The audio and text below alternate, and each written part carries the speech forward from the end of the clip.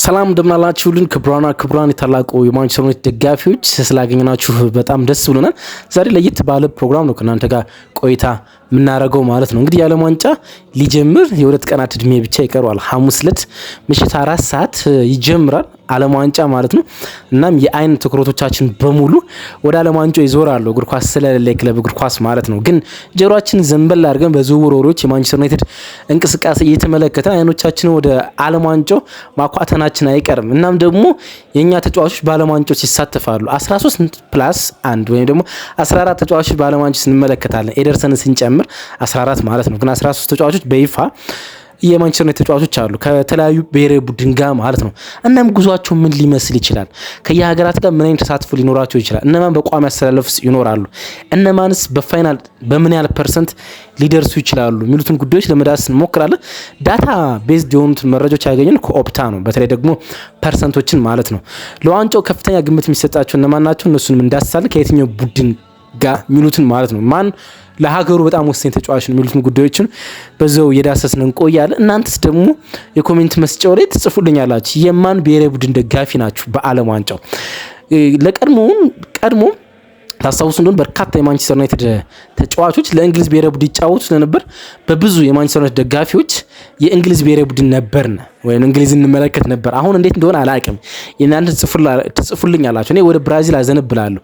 በርካታ የማንቸስተር ዩናይትድ ደጋፊዎች ወደ ምንም ጥያቄ በሌለው ለኪንግ ሌጀንድ ክርስቲያኖ ሮናልዶ፣ ለአሲስት ማስተር ብሩኖ ፈርናንዴዝ፣ ዲያጎ ዳሎት ወዳሉበት ፖርቹጋል ብሔራዊ ቡድን ማማታራቸው አይቀርም። ግን ጻፉልኝ፣ የኮሜንት መስጫ ላይ እንመለከታለሁ። ማንን ነው የምትደግፍ? በምን ምክንያት? እሱን ጻፉልኝ። ማንስ የተሻለ እድል አለው ከብሔራዊ ቡድን ጋር የሚሉትን ጻፉልኝ። ቪዲዮውን ገና ስትጀምሩ ላይክ አድርጋችሁ ጀምሩ። ሰብስክራይብ ማድረጋችሁም አይረሳ። አብራችሁን ስለምትቆዩ ከልብ አመሰግናለሁ። የምትገኙት በተወዳጁ ማን ዩናይትድ ኢንፎ ገጽ ላይ ነው።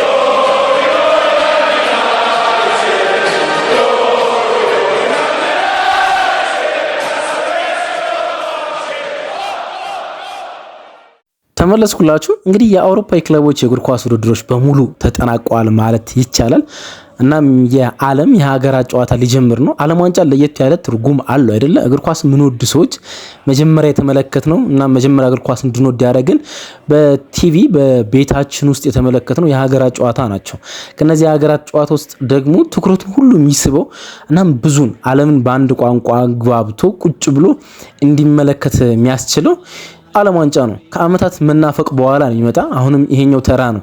የ2026ቱ በካናዳ አሜሪካና እንዲሁም ደግሞ ሜክሲኮ በጋራ የሚያዘጋጁት በጣም ግዙፉ የዓለም ዋንጫ ማለት ነው። በበጀትም እንዲሁም በተሳታፊ ሀገራት ቁጥርም በጣም ሰፊው ግዙፉ የዓለም ዋንጫ ነው ዘንድሮ የሚከናወነው። ማንቸስተር ዩናይትድ 13 ተጫዋቾችን በዚህ ዓለም ዋንጫ ላይ ያሳትፋል። እርግጥ አንደኛው 14ኛ ልንለው እንችላለን። ኤደርሰን ኦልሞስት ማንቸስተር ዩናይትድ ተጫዋች ሆኗል። እናም በዘግይቶ የብራዚል ብሔራዊ ቡድን ጥሪ ደርሶታል። ዊስሊ በጉዳት ምክንያት ከቡድኑ ጋር ስለተለያየ ማለት ነው። እናም 14 ተጫዋቾች ይኖራሉ ማለት ነው። ካስሜሮ ቴክኒካዊ በሆኑ አጠራር የማንቸስተር ዩናይትድ ተጫዋች ነው። እስከ ጁን 30 ድረስ እስከ ሰኔ 30 በነጮቹ አቆጣጠር ድረስ የማንቸስተር ዩናይትድ ተጫዋች ነው ስለሚቀጥል ማለት ነው። ስለዚህ 14 ያህል ተጫዋቾችን ማንቸስተር ዩናይትድ ይኖራል። ፊፋ ኮምፔንሴሽን ፊ እንዳለው ይታወቃል። ያ ማለት ምን ማለት ነው?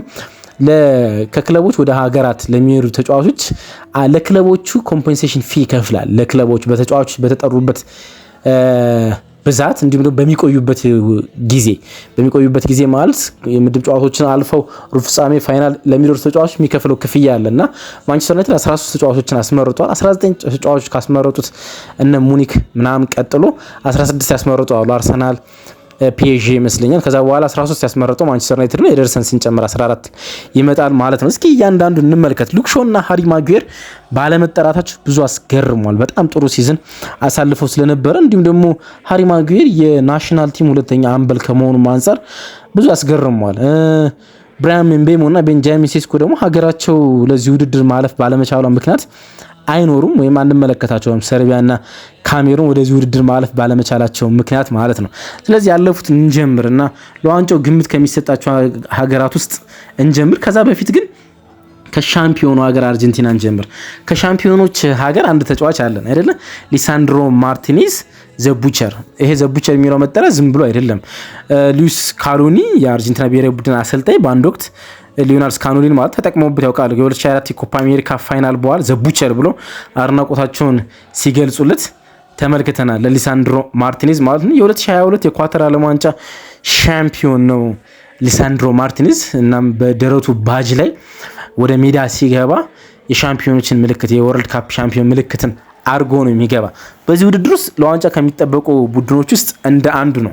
ከምድብ ውስጥ ከአልጄሪያ፣ ኦስትሪያ እና ጆርዳን ጋር ጨዋታዎችን አከናውነው ሁሉም ጨዋታዎች ወደ ቀን ላይ ሲታዩ ቀላሎች ይመስላሉ። በቻንስ ኦፍ ፕሮግሬሽን ብንመለከት ከምድቡ አንደኛ ሆኖ የማለፍ እድላቸው አርጀንቲኖች 72.57 ነው። ወደ ቀጣይ ዙር የማለፍ እድላቸው ወደ 32.96% ነው። ኦልሞስት 100 ልትሉ ይችላላችሁ። ወደ ጥሎ ማለፍ የመግባት እድላቸው 63% ነው። ኳርተር ፋይናል ላይ ወይም ሩብ ፍጻሜ ላይ የመገኘት እድላቸው 46፣ ሰሚ ፋይናል ላይ 31፣ ፋይናል ላይ የመገኘት እድላቸው ደግሞ 18። ይህን ውድድር አርጀንቲና ከሊሳንድሮ ማርቲኔዝ ጋር የማሸነፍ እድሏ ደግሞ 10% ነው። ይህን ኦፕታ ይነግረናል ማለት ነው። ቤልጅየም ጋር እንሄዳለን። ሳን ለመንሰንን እናገኛለን። የማንቸስተር ዩናይትድ የዚህ ውድድር ዓመት ያልተጠበቀው ቤስቱ እና የፕሪሚየር ሊጉ ቤስት ኒው ካመርስ ወይም ደግሞ ቤስት ትራንስፈር ተብሎ የተመረጠው ተጫዋች ማለት ነው። አስደናቂ የውድድር ዘመን ነው ከማንቸስተር ዩናይትድ ጋር ያሳለፈ ማለት ነው። ብዙ ዝውውሮችን ተመልክተን ይሆናል በእግር ኳስ ውስጥ ማለት ነው። ግን ከአንትዋፕ ብዙ ሰው ማያውቀው እና ዳታ ቤዝድ ሆኖ ወደ ክለቡ የመጣ ተጫዋች ቋሚ አሰላለፍ ውስጥ ገብቶ በቋሚ አሰላለፍ ብቻ ሳይሆን ለሀገሩ መጠራት ችሏል። እርግጥ በቤልጅየም ብሔራዊ ቡድን የቋሚ አሰላለፍ አይኖረውም ቢኮዝ ቲቦ ኩርቷ እዛ ቡድን ይኖራል። ምክንያቱም ቲቦ ኩርቷ ከዓለማችን ምርጥ ግብ ጠባቂዎች አንዱ ነው። ግን መጠራት ይችላል ከማንቸስተር ዩናይትድ ጋር ባሳለፈው በጣም አስደናቂ ሲዝን ማለት ነው። በምድቡ ከግብፅ ከዛ ከኢራን በመጨረሻ ከኒውዚላንድ ጋር ጨዋታቸውን ያከናውናሉ። ጠንካራ የሚመስለው ቡድን ኢጅፕት ነው። ኢራንም እርግጥ ጥሩ ብሔራዊ ቡድን ያላቸው ግን 52% አንደኛው ነው ከምድባቸው የማለፍ እድል አላቸው። ከምድቡ አጠቃላይ የማለፍ እድላቸው 89% ነው። 16 ውስጥ የመገኘት እድላቸው 53 ነው። ጥሎ ማለፍ ላይ የመገኘት እድላቸው 28% ነው። ግማሽ ፍጻሜ ላይ 12% ነው። ፋይናል ላይ የመገኘት እድላቸው 5% ነው። ዋንጫውን የማሸነፍ እድላቸው ግን 2% ብቻ ነው። 2% ብቻ ከመቶ ማለት ነው። ቅድም 10% ነው ለአርጀንቲና የሰጠ ነው ማለት ነው። አርጀንቲና ከፍ ያለ ነው። ሶስተኛ የምንመለከተው ብራዚል ነው። 3 ተጫዋች ይኖሩና ቴክኒካሊ 2 ተጫዋች ናቸው።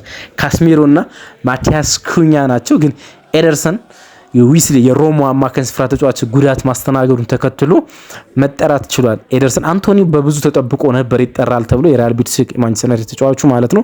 አንቶኒ ግን ኤደርሰን ተጠርቷል። ሶ ኤደርሰን ቀድመን ወደ ማንቸስተር ዩናይትድ ከመምጣቱ በፊት ዓለም ዋንጫው ላይ የመመልከት እድላችን ሰፍቷል ማለት ነው። ቅድም እንዳልኳችሁ ካስሜሮ እስከ ጁን 30 የማንቸስተር ዩናይትድ ተጫዋች ነው።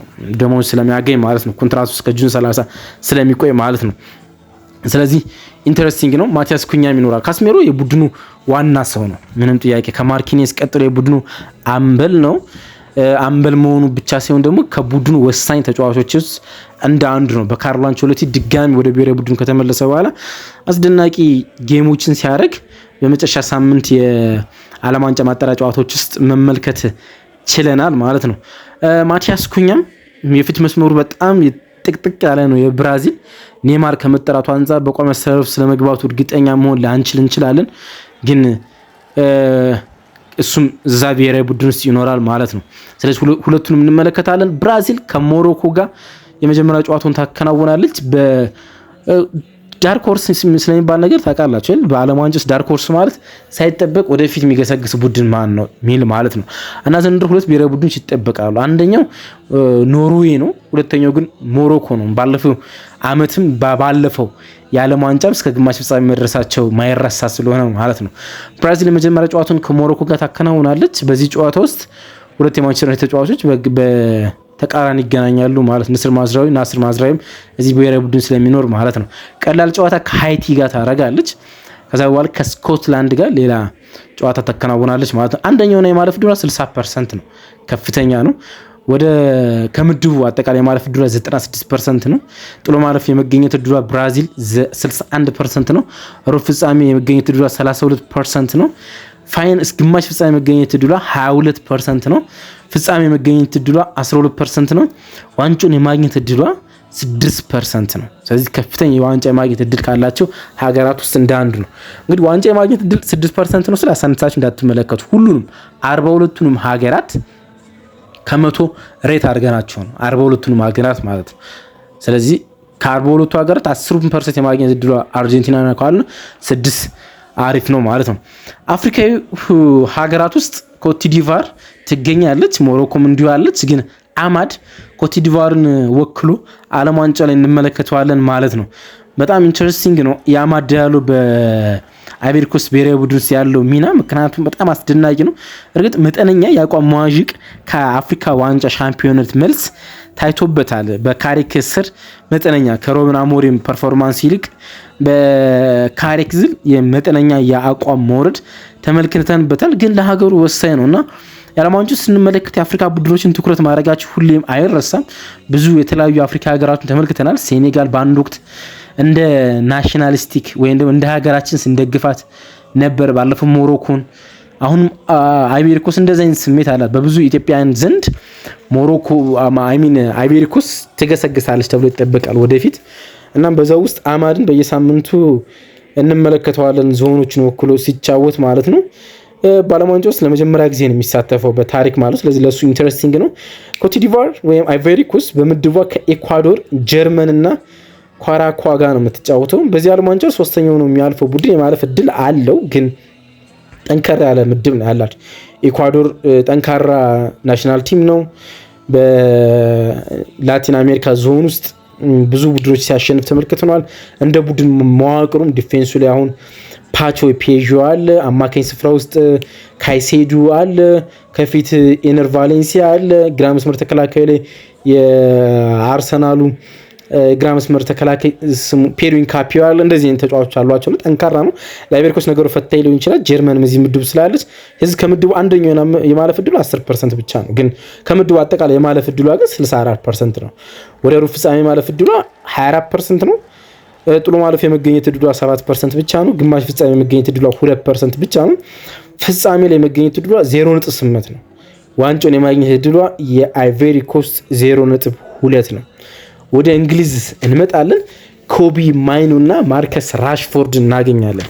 በውሰት የማንቸስተር ዩናይትድ በውሰት ነበረ ማርከስ ራሽፎርድ ከባርሴሎና ጋር፣ ግን ቴክኒካሊ የማንቸስተር ዩናይትድ ተጫዋች ነው። ደግሞም ክረምት ላይ ከማንቸስተር ዩናይትድ ጋር የሚቆየው ምንም ጥያቄ የለውም። የውሰቱ ውሉ በፍጥነት ማይጠናቀቅ ከሆነ ማለት ነው ከባርሴሎና ጋር የሚገኘው። እንግዲህ እንግሊዝ በወርልድ ካፕ ከ1950 መሳተፍ ከጀመረችበት ጊዜ ጀምሮ አንድ የማንቸስተር ዩናይትድ ተጫዋችን ይዛ ወደ ዓለም ዋንጫው ትሄዳለች። ዘንድሮም እሱ ይቀጥላል በኮቢ ማይኑ አማካኝነት ማለት ነው። ቶማስ ቱል ለረጅም ጊዜ ኮቢ ማይኑ ሳይጠሩት ቆሩ። የካሪክ ኢራ ሲጀመር ግን አንዱ በጣም ጥሩ እድል የፈጠረለት ለኮቢ ማይኑ መሆኑ መናገር ይቻላል። ምንም ጥያቄ የለውም። በጣም ጥሩ ጊዜ ነው ማሳለፍ የቻለን። እናም ቶማስ ቱል ሪኮል አድርጎ በድጋሚ ሲጠራው ተመልክተናል። ኢንግላንድ በምድቧ ውስጥ ከክሮሺያ፣ ጋና እና ፓናማ ጋር ትጫወታለች። የአፍሪካ ሀገር አለ ጋና፣ ግን በእድሜ በጣም ትልቁ ቡድን በዓለም ዋንጫ ውስጥ ክሮሺያ ነው። ስለዚህ ክሮሺያ፣ ጋና፣ ፓናማ ነው የሚገኙ። ስለዚህ ከምድቡ አንደኛ ሆነ የማለፍ እድሏ እንግሊዝ አንደኛ ሆነ የማለፍ እድሏ 67% ነው። ከፍተኛ ነው። ግን ወደ ራውንድ 32 ወይም ደግሞ ከምድቡ አጠቃላይ የማለፍ እድሏ 96% ነው። አንደኛ፣ ሁለተኛ፣ ሶስተኛ ሆነ የማለፍ ማለት ነው። ወደ ጥሎ ማለፍ የመገኘት እድሏ 68% ነው። ሩብ ፍጻሜ የመገኘት እድሏ 47% ነው። ግማሽ ፍጻሜ የመገኘት እድሏ 30% ነው። ፋይናል የመገኘት እድሏ 18% ነው። ዋንጫውን የማግኘት እድሏ 10% ነው። ያንን አስደናቂ ነው። እስካሁን ከተመለከትናቸው ሀገሮች ከአርጀንቲና ቀጥሎ ከፍተኛ ግምት ያገኘችው ከአርጀንቲና ጋር በተመሳሳይ ይኸውም በዴሲማል ቁጥሮች ኢንግላንድ ትሆናለች ማለት ነው። ሞሮኮን እንመለከታለን።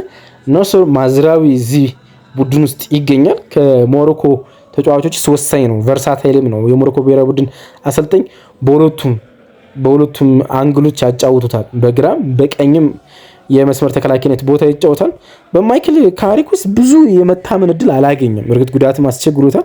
በዚህ ውድድር ዓመት በካሪክ ስር 5 ጨዋታ ያደረገ፣ ለሞሮኮ ብሔራዊ ቡድን ግን 10 ጨዋታ አድርጓል። ስለዚህ ከማንቸስተር ዩናይትድ ይልቅ በዚህ ውድድር ዓመት ለሞሮኮ በጣም ወሳኝ እንደሆነ መመልከት ይቻላል። በ2022 ወርልድ ካፕ እስከ ግማሽ ፍጻሜ እንደደረሰች አስተውለናል አይደል? ሞሮኮ የነስር ማዝራዊ ብሔራዊ ቡድን ሞሮኮ በፈረንሳይ እስክትወድቅ ድረስ ማለት። ስለዚህ ኢንተረስቲንግ ነው። ሞሮኮ በዚህኛው የውድድር ዓመትም ዳርክ ሆርስ የመሆን እድሏ ሞሮኮ በጣም ሰፊ ነው የመሆን እድሏ። በምድብ ጨዋታ ከብራዚል ጋር ትገናኛለች። ቅድም እንዳለ ስኮትላንድና ሃይቲ ያሉበት ምድብ ነው። ቅድም ለብራዚል ከምድብ አንደኛው ነው የማለፍ ከፍተኛ እድል ሰጠናል። ሞሮኮ ከምድቡ አንደኛው ነው የማለፍ እድሏ 67% ብቻ ነው። ግን ከምድቡ አጠቃላይ የማለፍ እድሏ 88.7% ነው፣ ከፍተኛ ነው። ስለዚህ ታልፋለች ብለን መያዝ እንችላለን። ሩብ ፍጻሜ የመገኘት እድሏ ራሱ 44% ነው። አይሚን ወደ ራውንድ 60 ጥሎ ማለፍ የመገኘት እድሏ 44% ነው። ሩብ ፍጻሜ የመገኘት እድሏ 22% ነው። ሰሚ ፋይናል የመገኘት እድሏ እንኳን 10% ነው፣ በጣም ከፍተኛ ነው። ፋይናል የመገኘት እድሏ 4% ነው። ዋንጫውን የማግኘት እድሏ ሞሮኮ 1.83% ነው። ስለዚህ ሞሮኮ በብዙ ትጠብቃለች። በርካታ የማንቸስተር ዩናይትድ ደጋፊዎች ምን ደግፈው እንደ ሁለተኛ ቡድን የዓለም ዋንጫ የምንመለከተው ቡድን ማን ነው ከተባለ ምንም ጥያቄ የለውም ፖርቱጋል አይደለ? በዛም እንስማማ ይመስለኛል። ምክንያቱም ብሩኖ ፈርናንዴዝ እዛ አለ፣ ዲያጎ ዳሎትም ጭምር ማለት ነው። ግን ዘ ሌጀንድ ክርስቲያኖ ሮናልዶ የመጨረሻ ዓለም ዋንጫውን ያከናውናል። ስለዚህ ብዙ ምክንያቶች አሉ ፖርቱጋል የመመልከት የማየት የመደገፍ ለፖርቱጋል የተለየ ስሜት የማሳደር እድል አለን ማለት ነው። የፕሪሚየር ሊጉ ፕሌየር ኦፍ ዘ ሲዝን የመሆን እድል የፒኤፍኤ አለው። ግን የአራሱ የፕሪሚየር ሊግ ፕሌየር ኦፍ ዘ ሲዝን ነው ብሩኖ ፈርናንዴዝ። እንዲሁም ደግሞ የኤፍደብሊውኤ ወይም ደግሞ ፉትቦል ራይተርስ አሶሲሽን የአመቱ ኮከብ ተጫዋች ነው። አሁን የፒኤፍኤ ብቻ ነው የሚቀረው ማለት ነው። ኢንተረስቲንግ ሲዝን ያሳለፈ የፕሪሚየር ሊግ የምንጊዜም የሲዝን የአሲስት ሪከርድ መስበር ችሏል። በዓለም ዋንጫ ውስጥ ይጠበቃል። ከቪቲኒያን እና ኔቭስ ጋር የሚኖረው ጥምረት ከበርናርዶ ሲልቫ ጋር የሚፈጥሩት የቦክስ ወይም ደግሞ ዳይመንድ ፎርም ያለው የአማካኝ ጥምረት በብዙ ይጠበቃል፣ በጣም በብዙ ይጠበቃል።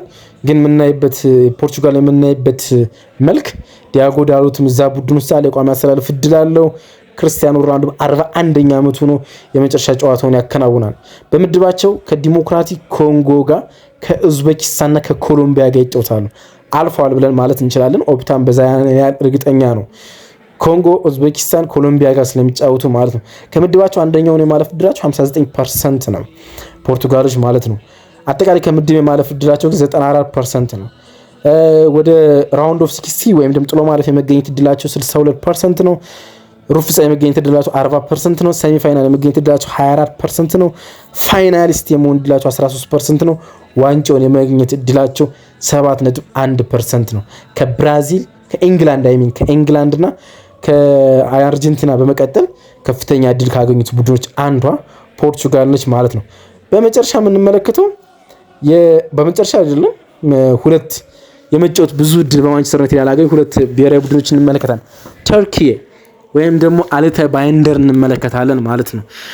የሚደንቅ ይመስለኛል። አሁን ብዙ ሰው አልታይ ባይንደር የማንቸስተር ዩናይትድ ተጫዋች መሆኑ እንኳን የዘነጋ ይመስለኛል። ግን ሲዝኑ ሲጀምር ታስታውሱ እንደሆነ የመጀመሪያ 6 የማንቸስተር ዩናይትድ ጨዋታዎችን በቋሚ አሰላለፍ ሲጀምረው አልታይ ባይንደር ነው። ደግሞ በአርሰናል ጨዋታና 1-0 በተጠናቀቁ ጨዋታ የነበረው የፓስ ዲስትሪቢዩሽን በጣም የተለየ ተጫዋች መሆኑን ሲያሳየን ነበር። ከዛ በኋላ ከሹት ስቶፒንግ ጋር በተያያዘ ብዙ ጨዋታዎች ቢያመልጡትም ሲዝኑን ግን በጣም ጥሩ ነበር የጀመረው፣ በተለይ ኳስ ከማቃበል አንጻር ማለት ነው። ግን በብሔራዊ ቡድን ውስጥ በማንቸስተር ዩናይትድ ስለማይጫወት መሰለኝ የቋሚ አሰላለፍ እድል አይኖረውም።